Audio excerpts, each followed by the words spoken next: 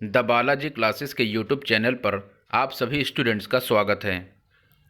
आज का जो टॉपिक है वो है मुद्रा, इसका स्वरूप, यानी मनी एंड इट्स एस्पेक्ट। मुद्रा से रिलेटेड इस वीडियो को मैं दो पार्ट में डिवाइड करूंगा, क्योंकि ये चैप्टर बहुत बड़ा है और इससे रिलेटेड हर एक फैक्ट आपके लिए ज़रूरी है। ये चैप्टर बैंकिंग का चैप्टर है, इसलिए ऐसे स्टूडेंट्स जो बैंक की तैयारी कर रहे हैं, चाहे वो बैंक पीओ हो या एसबीआई का क्लर्क हो या कोई भी आईबीपीएस का एग्ज़ाम हो, सभी स्टूडेंट्स के लिए इम्पॉर्टेंट है। इसलिए इस वीडियो को आप पूरा ध्यान से देखिए, क्योंकि ये जो चैप्टर है ये एक इम्पॉर्टेंट चैप्टर है और इससे प्रश्न बनते ही बनते हैं। तो आइए स्टार्ट करते हैं। अगर आप चैनल पर नए हैं तो अभी सब्सक्राइब कर लें। आप पहले वीडियो को देखिए, अगर आपको वीडियो पसंद आती है तो लाइक ज़रूर करिएगा और नोटिफिकेशन आपको लगातार मिलती रहे इसलिए बेल आइकन ज़रूर प्रेस करिएगा और अपने दोस्तों संग शेयर करिएगा। चलिए वीडियो स्टार्ट करते हैं। यहाँ जैसा कि आप देख रहे हैं कि चैप्टर का नाम है मुद्रा एवं इसका स्वरूप। तो मुद्रा और इसका स्वरूप यानी हम देखेंगे कि मुद्रा क्या होती है और कितने प्रकार के होते हैं, किस किस प्रकार के इसके स्वरूप हैं। तो इसी में स्टार्ट करते हैं कि मुद्रा क्या है। पहली चीज़ तो मुद्रा, हम जैसे आज देख रहे हैं कि हमारे जो कागज़ के नोट हैं जो कि आरबीआई उसको छापता है, तो ये कागज़ के नोट जब नहीं चलते थे, यानी जब आरबीआई की स्थापना नहीं हुई थी, तब हम किस प्रकार से मुद्रा का इस्तेमाल करते थे। तो इन सभी पहलुओं पर हम लोग नज़र डालेंगे। यहाँ पर देखते हैं कि जो मुद्रा है, तो मुद्रा क्या है, अनेक जो भी आविष्कार हुए, तो इस सभी आविष्कारों में मुद्रा का जो आविष्कार है यह भी महत्वपूर्ण है, क्योंकि इसके आविष्कार से ही लेन देन बड़ा आसान हो गया। इसके अभाव में आधुनिक समाज की कल्पना नहीं की जा सकती है। यानी आज का हमारा जो समाज है, मुद्रा के अभाव में इस प्रकार के समाज की कल्पना करना कठिन है। आप इस बात को समझ सकते हैं, क्योंकि आप जानते हैं कि जब कभी भी बैंक वगैरह बंद हो जाते हैं और हमें जो भी सामान खरीदना होता है, तो उसके लिए हमें नोट की आवश्यकता पड़ती है, यानी पैसे की आवश्यकता पड़ती है या मुद्रा की आवश्यकता पड़ती है। और इस प्रकार हम अगर मुद्रा नहीं देंगे या पैसे नहीं देंगे तो हम जिस चीज़ को खरीदना चाहते हैं वो हम नहीं पा सकेंगे। इसलिए आधुनिक समाज की कल्पना मुद्रा के बिना नहीं की जा सकती। हमारे समाज में मुद्रा का जो प्रचलन है वो आज का नहीं बल्कि काफ़ी पुराना है।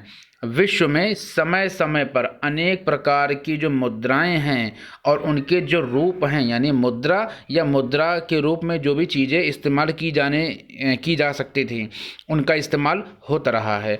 जैसे हम देख सकते हैं कि कौड़िया बोलते हैं, कौड़िया हो गया या तंबाकू हो गया या पंख हो गया या मगरमच्छ के दांत हो गए, इन सब का भी उपयोग हम मुद्रा के रूप में लेन देन के लिए करते रहे हैं।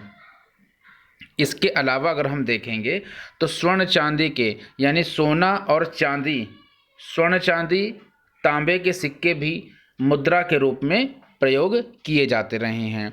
आप सभी जानते हैं कि पुराने समय में जब राजा महाराजाओं का राज था, मुग़लों का राज था, इस प्रकार से जितनी भी पुरानी सभ्यताएं थीं उनमें से ज़्यादातर सोने चांदी के सिक्के और तांबे के सिक्के का उपयोग मुद्रा के रूप में किया जाता रहा है। आज से 200 से 300 वर्ष पूर्व आज की स्थिति से पुरानी स्थिति बहुत भिन्न थी। संसार के देशों में मुद्रा की पूर्ति मुख्यतया सोना चांदी के सिक्कों से की जाती थी। अब बात करते हैं आधुनिक भारत का, जो आधुनिक बैंकिंग है, तो आधुनिक बैंकिंग का विकास इंग्लैंड से हुआ। कहाँ से हुआ? इंग्लैंड में हुआ। इसके पूर्व के इटली के बैंकों में मुद्रा की जो जमाएं स्वीकार करनी प्रारंभ कर दी थी। इंग्लैंड के जो सर्राफे थे उन्होंने क्या किया था कि आधुनिक बैंकिंग का विकास किया। किस प्रकार किया? तो यहाँ पर हम देखते हैं कि जो सर्राफे थे, जो इंग्लैंड के सर्राफे थे, ये सर्राफे क्या करते थे कि जमाओ, यानी जो पैसे कस्टमर से पैसा ले लेते थे और उन्हें भुगतान करने का वायदा करने पर साथ ही उस धन को ऋण के रूप में भी देने लगे। बाद में उन्हीं जमाओं को, यानी जो पैसे मिलते थे उनके बदले क्या करने लगे, ये रसीदें देने लगे। क्या देने लगे? ब्याज मुक्त रसीदें देने लगे।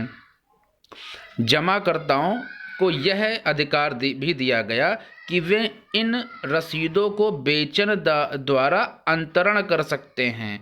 अंतरण का अर्थ यहाँ आप क्या कर सकते हैं कि इनको अलग तरीके से भी विनिमय के रूप में इस्तेमाल कर सकते थे। यह रसीद है, इसका लोकप्रिय मतलब यह जो रसीद थी यह लोकप्रिय कब हुई? जब जो सर्राफे थे बिना ब्याज की रसीद का लेन देन करना प्रारंभ कर चुके थे। यानी इन्होंने क्या किया था कि बिना ब्याज की रसीद का लेन देन करना प्रारंभ कर दिया था। यानी विशेष रूप से छापी जाने वाली जो रसीदें थीं, कुछ जिस प्रकार जब रसीदें छपने लगी तो आगे चल करके रसीदों को एक विशेष प्रकार से छापा जाने लगा और विशेष रूप से छापे जाने लगी यह रसीदें, और बाद में यही रसीदें बैंक के नोट के रूप में जाने लगी। यानी इन रसीदों को देखकर ही बैंक के नोट छापने का विचार आया। इसके बाद हम जानेंगे यहाँ पर कि यह बैंक नोट एक प्रकार के दावे थे। यानी किस प्रकार के दावे? कि मुद्रा के स्थानापन्न। मुद्रा के स्थानापन्न का मतलब हो गया कि जो मुद्राएं थीं तो यह बैंक के नोट उन मुद्राओं के स्थान पे उपयोग किए जा सकते थे। धीरे धीरे बैंक नोटों में एक रूपता लाने के लिए नोट केवल देश के केंद्रीय बैंक द्वारा निर्गमित, यहाँ निर्मित नहीं होना चाहिए, निर्गमित किए जाने लगे। आगे हम देखेंगे कि मुद्रा का अर्थ है क्या। मुद्रा का अर्थ क्या है? तो मुद्रा हम किसे कहते हैं? तो मुद्रा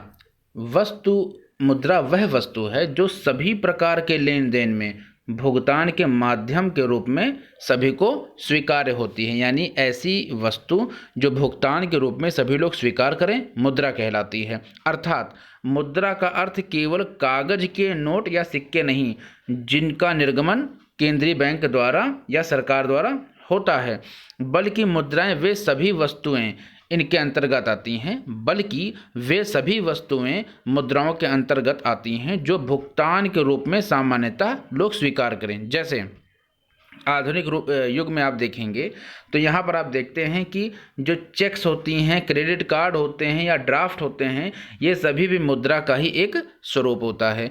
मुख्यतया अगर मुख्य रूप से देखें तो मुद्रा को हम दो रूप में बांटते हैं, एक वैधानिक मुद्रा और दूसरा साख मुद्रा। तो बात करते हैं वैधानिक मुद्रा क्या होती है। तो वैधानिक मुद्रा वह मुद्रा है जिसका निर्गमन सरकार द्वारा या रिजर्व बैंक द्वारा एक विधान या लेजिस्लेशन होता है जो उसके अंतर्गत किया जाता है। यानी विधि और कानून के अंतर्गत पूरी प्रक्रिया के तहत जो मुद्रा का निर्गमन होता है उसे हम वैधानिक मुद्रा कहते हैं। इसके अलावा जो केंद्रीय बैंक होता है वह क्या करता है कि उतनी मुद्रा को धारक को उतनी रकम अदा करने का वादा करता है या वचन देता है। इसके अलावा हम देखेंगे कि साख मुद्रा क्या होती है। तो जो साख मुद्रा होती है ऐसी मुद्रा साख मुद्रा है जो व्यक्ति चेकों द्वारा, यानी जो व्यक्ति चेकों के माध्यम से कहीं भुगतान करता है उसे हम साख मुद्रा कहते हैं। मुद्रा को विशेष रूप से हम अन्य प्रकारों में भी डिवाइड कर सकते हैं या बांट सकते हैं। तो वो क्या होती हैं? वो होती हैं धातु मुद्रा, कागजी मुद्रा या स्वीकार्य मुद्रा। यानी धातु मुद्रा, कागजी मुद्रा और स्वीकार मुद्रा, इन मुद्राओं को विशेष रूप से हमने 3 और प्रकार में डिवाइड किया है। अब बात करते हैं धातु मुद्रा क्या होती है। तो यहाँ पर आप देखेंगे कि यह धातु मुद्रा क्या होती है। तो सोना, चांदी, निकल और तांबा इस प्रकार की धातुओं से बनी ऐसी मुद्राओं को हम धातु मुद्रा कहते हैं।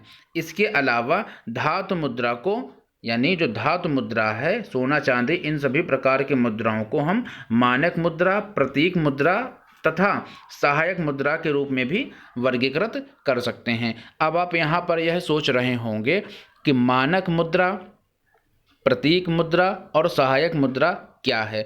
तो आपको मैं बताता हूँ यह क्या होती है। यहाँ पर आप देखेंगे कि जो मानक मुद्रा है इसका अर्थ क्या है। तो मानक मुद्रा को हम वह कहते हैं कि वह मुद्रा मानक मुद्रा है जिसका मूल्य वस्तु के रूप में गैर अमौद्रिक उद्देश्यों के लिए भी उतना ही है जितना कि मुद्रा के रूप में उसका मूल्य है।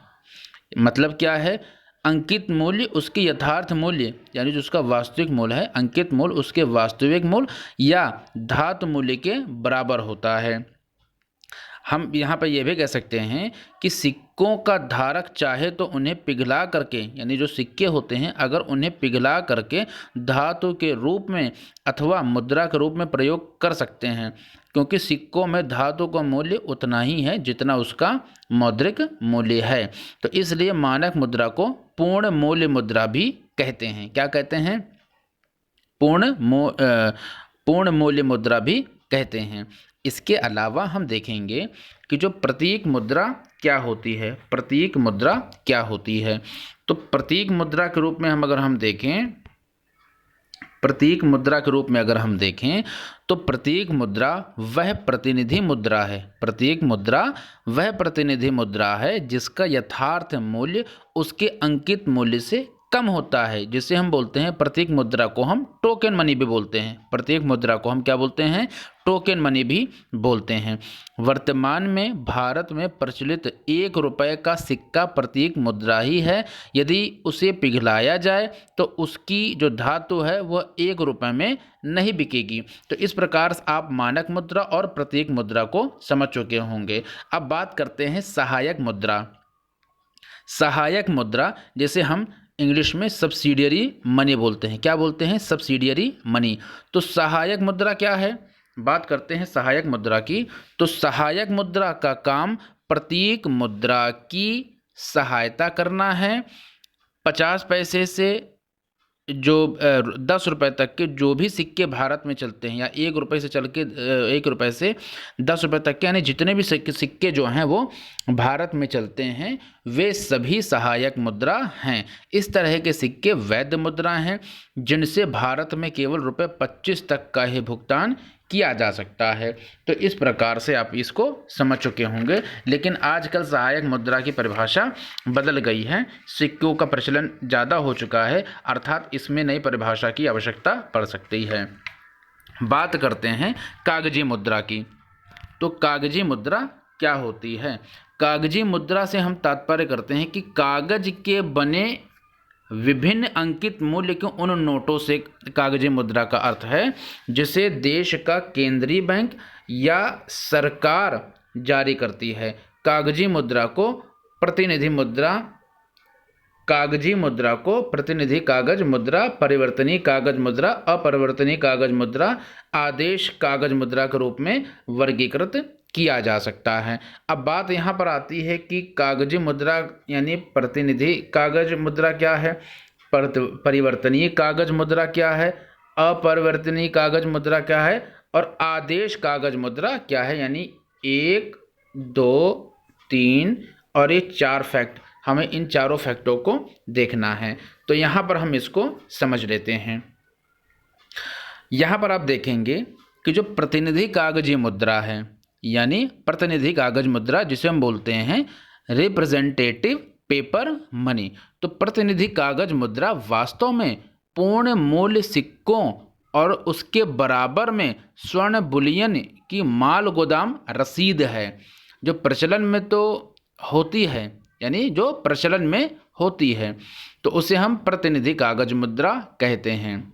इस प्रकार परिवर्तनीय कागज मुद्रा क्या है? ये जिसको हम बोलते हैं कन्वर्टिबल पेपर मनी। परिवर्तनीय कागज मुद्रा को हम क्या बोलते हैं? Convertible paper money. परिवर्तनीय कागज मुद्रा वह मुद्रा होती है जिसे मानक सिक्कों अथवा बुलियन के रूप में 100% समर्थन प्राप्त नहीं होता है, परंतु कागज मुद्रा का धारक या होल्डर उसे मांग पर बुलियन अथवा सिक्कों में बदलवा सकता है। तो इस प्रकार से परिवर्तनीय मुद्रा इसे हम कहते हैं। अपरिवर्तनीय मुद्रा, अपरिवर्तनीय मुद्रा क्या होता है? तो आप देखेंगे अपरिवर्तनीय मुद्रा, तो अपरिवर्तनीय कागज मुद्रा जो होती है जिसे हम बोलते हैं इनकन्वर्टिबल पेपर मनी। तो इनकन्वर्टिबल पेपर मनी या अपरिवर्तनीय कागज मुद्रा क्या है? जिस कागज मुद्रा को मानक सिक्कों और जो बुलियन होता है उसका कोई समर्थन प्राप्त नहीं होता है, जिसे उनमें बदलाव भी नहीं किया जा सकता, मतलब बदलाव नहीं किया जा सकता, उसे अपरिवर्तनीय कागज मुद्रा कहते हैं। सब देशों के केंद्रीय बैंकों द्वारा जारी किए गए नोट अपरिवर्तनीय कागज मुद्रा होती है। तो आप समझ गए होंगे कि जो सभी देशों के केंद्रीय बैंकों के जो नोट होते हैं तो उन मुद्राओं को हम अपरिवर्तनीय कागज मुद्रा कहते हैं। इसे प्रत्ययी या फिड्यूशियरी मुद्रा भी कहते हैं। इस प्रकार से आप अपरिवर्तनीय कागजी मुद्रा को समझ गए होंगे। अब बात करते हैं कि आदेश कागज मुद्रा क्या होती है। तो आदेश कागज मुद्रा को हम यहाँ पर समझ लेते हैं। तो आदेश कागज मुद्रा यानी जो कागज मुद्रा सरकार के आदेश पर प्रचलित होती है उसे आदेश मुद्रा कहते हैं। इस प्रकार से आपने कागजी मुद्रा के सभी फैक्ट यानी प्रतिनिधि कागज मुद्रा, परिवर्तनीय कागज मुद्रा, अपरिवर्तनीय और आदेश कागज मुद्रा को समझ लिया होगा। आई होप आपको वीडियो समझ में आ रही है। अगर आपको वीडियो समझ में आ रही है तो लाइक करना मत भूलिए। आगे हम देख लेते हैं और क्या है स्वीकार्य मुद्रा। तो स्वीकार मुद्रा के आधार पर मुद्रा को वैध मुद्रा और अवैध मुद्रा में बांटा गया है या वर्गीकृत किया गया है। वैध मुद्रा क्या है? तो वैध मुद्रा यानी लीगल मनी, वह मनी या वह मुद्रा वैध मुद्रा है जिसे सरकार तथा जनता दोनों ही भुगतान और ऋण चुकाने के साधन के रूप में स्वीकार करते हैं। यानी भुगतान और ऋण चुकाने के साधन के रूप में स्वीकार करते हैं क्योंकि इसे सरकार की मंजूरी प्राप्त होती है। तो इस प्रकार की जो मुद्राएं जिससे सरकार की मंजूरी प्राप्त होती है और जो भुगतान और ऋण चुकाने के रूप में जिसका इस्तेमाल किया जाता है और सरकार की मंजूरी प्राप्त होती है उसे हम वैध मुद्रा कहते हैं। इसके अलावा अगर हम देखेंगे तो अवैध मुद्रा क्या होती है। जिस प्रकार वैध मुद्रा को सरकार की मंजूरी प्राप्त होती है उसी प्रकार अवैध मुद्रा को सरकार या केंद्रीय बैंक की कानूनी मंजूरी प्राप्त नहीं होती है तो उसे हम अवैध मुद्रा कहते हैं। क्या कहते हैं? अवैध मुद्रा कहते हैं। रॉबर्टसन ने अवैध मुद्रा को ऐच्छिक मुद्रा भी कहा। किसने कहा? रॉबर्टसन ने अवैध मुद्रा को ऐच्छिक मुद्रा भी कहा है या उसकी संज्ञा दी है। चेक, कुंडलियों, प्रतिज्ञा पत्रों आदि के रूप में जो भी मुद्राएं प्रचलित हैं उन सभी को हम अवैध मुद्रा ही कहते हैं। लोगों को इस तरह की मुद्रा स्वीकार करने पर बाध्य नहीं किया जा सकता क्योंकि इस प्रकार की मुद्राओं को स्वीकार करने बाध्य किया जा सकना सरकार के द्वारा इसको कानूनी मान्यता प्राप्त नहीं है या इसके निर्गमन की मान्यता प्राप्त नहीं है क्योंकि इसे सरकार की मंजूरी प्राप्त नहीं हुई है। तो इस प्रकार से आज का हमारा जो पार्ट है इसको हम यहीं रखते हैं। मिलते हैं आपसे अगले पार्ट में जहाँ पर हम क्या देखेंगे, वहाँ पर हम देखेंगे मुद्रा का महत्व। क्या देखेंगे? मुद्रा का महत्व देखेंगे। मुद्रा के महत्व के अलावा हम देखेंगे कि मुद्रा यानी इम्पोर्टेंस ऑफ मनी, जिसमें बाजार व्यवस्था का आधार क्या है, साख का निर्माण यानी क्रिएशन ऑफ क्रेडिट, पूंजी की गतिशीलता, प्रगति के सूचक, सामाजिक कल्याण के सूचक। इसके अलावा हम देखेंगे मुद्रा के दोष क्या हैं, मुद्रा की मांग देखेंगे, मुद्रा की पूर्ति देखेंगे। भारत में मुद्रा की पूर्ति एवं उसके घटक यानी supply of money in India and it's components, इसको भी हम देखेंगे। हम देखेंगे वेलोसिटी ऑफ मनी यानी मुद्रा की चलन गति। हम देखेंगे जो बॉन्ड पेपर होते हैं। हम देखेंगे nature of money in India. ठीक है, इसी तरीके से हम देखेंगे मनी और एसेट्स यानी मुद्रा एवं संपत्ति, मुद्रा एवं वित्त यानी मनी और फाइनेंस, इन सभी को हम देखेंगे। हम देखेंगे कि रिजर्व करेंसी के रूप में रुपया की क्या स्थिति है। हम मॉनेटरी स्टैंडर्ड यानी मुद्रा मान देखेंगे। हम मूल्यवान यानी वैल्यू देखेंगे, यानी क्लासिफिकेशन ऑफ मनी स्टैंडर्ड भी हम देखेंगे। इस प्रकार से मुद्रा से संबंधित छापे खाने, भारत में प्रतिभूति, मुद्रण एवं सिक्कों का उत्पादन, भारत में चलन, भारत में वर्तमान मुद्रा मान, है ना, यानी इन सभी चीज़ों को, साख का गुणांक, क्रेडिट मल्टीप्लायर, टकसाल क्या होती है, मौद्रिक नीति क्या होती है, मुद्रा प्रक्षालन क्या होता है, इस प्रकार से हम इन सबको देखेंगे और इससे बनते हुए जितने भी क्वेश्चन हो सकते हैं हम उसको भी देखेंगे। तो आई होप आपको ये वीडियो पसंद आई होगी। अगर आपको वीडियो पसंद आई है तो लाइक, सब्सक्राइब एंड शेयर। मिलते हैं इसी प्रकार की आपको एक नई वीडियो में, तब तक के लिए जय हिंद, जय भारत।